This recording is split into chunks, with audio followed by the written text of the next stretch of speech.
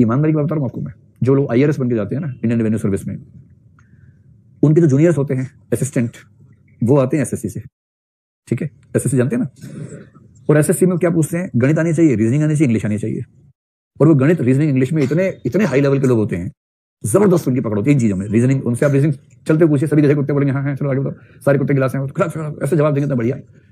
और वो बनते हैं रेवेन्यू में असिस्टेंट। तो वो असिस्टेंट है, यानी प्रमोशन के बाद बनेगा ITO, इनकम टैक्स ऑफिसर। और ITO लंबी प्रमोशन के बाद बनेगा assistant commissioner of income tax, जो कि आप बनेंगे ज्वाइनिंग के दिन, ACIT। और ये SSC वाला व्यक्ति 11 साल की सर्विस के बाद ACIT बनेगा, जो आप Day 1 पे बनेंगे।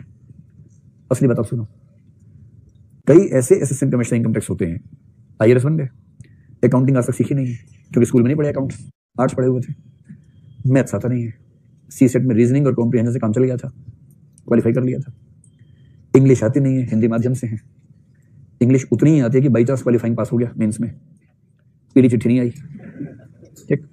ये बहुत रेयर कॉम्बिनेशन है, ऐसा कॉम्बिनेशन बहुत सारे लोगों में होता है, बहुत लोगों में है। और इंटरव्यू ठीक से हुआ, सीधे IRS में लैंड किया, ट्रेनिंग हुई IRS की। ट्रेनिंग में आते हैं CA, इनकम टैक्स एक्ट सिखाते हैं, और इस आदमी का दिमाग का धुआं हो जाता है इनकम टैक्स एक्ट समझ के। इनकम टैक्स कैलकुलेशन सिखा रहे हैं, कॉर्पोरेट टैक्स कैलकुलेशन सिखा रहे हैं, उसको लग रहा है कि अरे यार औरंगजेब कहाँ चला गया। हमें तो उसमें मजा आता था, ये क्या क्या सिखा रहे हैं हमें और ये क्यों सिखा रहे हैं। उसके बाद फाइनल हो गया, ट्रेनिंग पूरी। ट्रेनिंग में पास करना ट्रेनिंग एकेडमी की नैतिक जिम्मेदारी होती है, वरना UPSC पे सवाल उठ जाता है। इसलिए आप वहां कितना भी खराब पढ़े, अंत में पास करवा देते हैं। यहां तक कि चीटिंग का ऑर्गेनाइज सिस्टम काम करता है वहां पर, कि भैया पास होना है आपको, UPSC की प्रतिष्ठा का सवाल है, किसको सुन के भेज दिया है। तो आखिरी एग्जाम में जब दिखता है ऐसे पास नहीं होगा, इन्विजिलेटर बाहर चले जाते हैं थोड़ी देर के लिए कि हम चाय पी के आ रहे हैं, आप अधिकारी लोग हैं, समझदार हैं, चीटिंग नहीं करेंगे। हम 10 मिनट में आ रहे हैं, इसका संकेत स्पष्ट होता है कि भाई है ना, 10 मिनट में आ रहे हैं, 10 मिनट काफी है, एग्जाम आसान है। और 10 मिनट में उसके बाद राम राज्य स्थापित होता है वहां पर, और उसके बाद फिर सब लोग पास हो जाते हैं। तो इनको लगता है हमारा झंझट तो खत्म हुआ, अब मिनिस्ट्री ऑफ फाइनेंस देखेगी बाद में। फिर वो फील्ड में जाते हैं। अब एक जिला या एक छोटा जिला उसके हाथ में, असिस्टेंट कमिश्नर इनकम टैक्स, उसके पास 3 असिस्टेंट हैं, एक ITO है। दावे से कह रहा हूं कि 90% केसेस में असिस्टेंट्स को लगता है कि ये आदमी बना कैसे IRS। 90% केसेस में ऐसी स्थिति होती है। मतलब IRS ऐसे भी तो IIT वाला था और IAS एग्जाम दिया, IRS हो गया। जब वो बन गया तो ऐसे होता है, प्रभु आप आए IRS बन गया, तो प्रभु वाले मूड में रहते हैं। कोई ह्यूमैनिटीज वाला, हिंदी माध्यम वाला पहुंच जाए वहां, जिसको मैथ्स के नाम से भूत आता हो जिसको, फिर देखिए असिस्टेंट्स को धीरे धीरे क्या होता है, काम सारे असिस्टेंट करते हैं।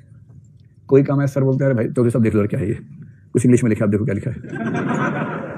इसका टैक्स कैलकुलेट करना जरा, कैसे करते हो तुम लोग यार, कैसे करते हो। इसको लगता है कि हम तो जैसे करते हैं, भाई तू आया कैसे यहाँ पर, तू यहाँ पहुंचे कैसे, ये हालत हो जाती है। और उसके बाद जब केस की सुनवाई, भाई साहब जज भी तो है। असिस्टेंट कमिश्नर होने का मतलब है कि आप जज हैं। जज का मतलब इनकम टैक्स या GST के मामलों में आप जिस भी सर्विस में हैं, उसके केसेस आपके पास आएंगे।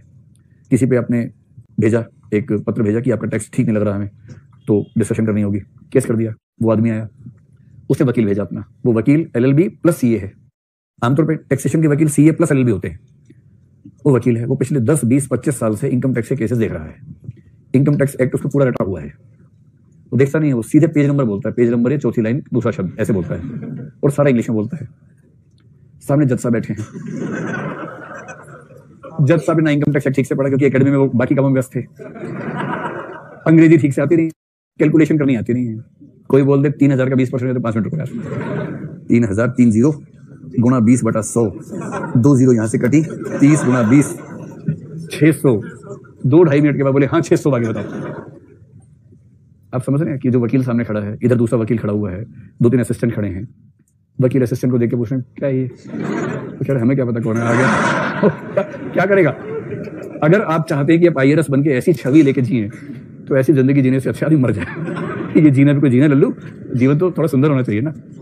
इसलिए भाई ठीक से समझिए इस बात को, इन चीजों को तरह गौण मत मानिए, इन स्किल्स को ठीक से इंप्रूव करें। खैर।